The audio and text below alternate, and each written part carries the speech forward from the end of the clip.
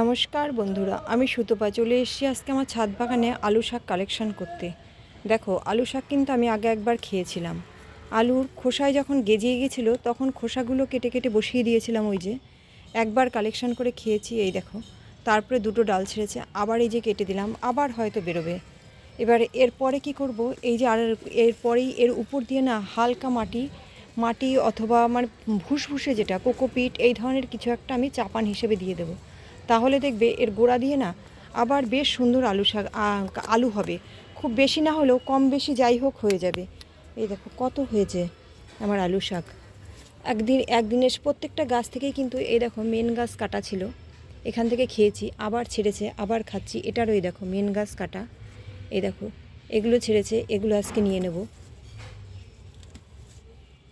এগুলো নিয়ে নেব। এই যে এটারও মেন গাছ কাটা, ওই যে দেখো এই যে কাটা।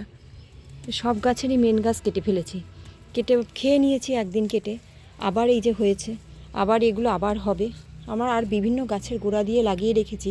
এখানে ড্রাগন ফ্রুট লাগানো আছে। ড্রাগন ফ্রুট তো শীতকালে হয় না, শীতকালে এগুলো আমাকে সঙ্গ দেবে। এবার যখন ড্রাগন ফ্রুটের সময় হবে তখন এগুলোকে সমস্ত তুলে ফেলে ড্রাগন ফ্রুটের জন্য যত্ন করব গাছ, এই টবগুলোকে।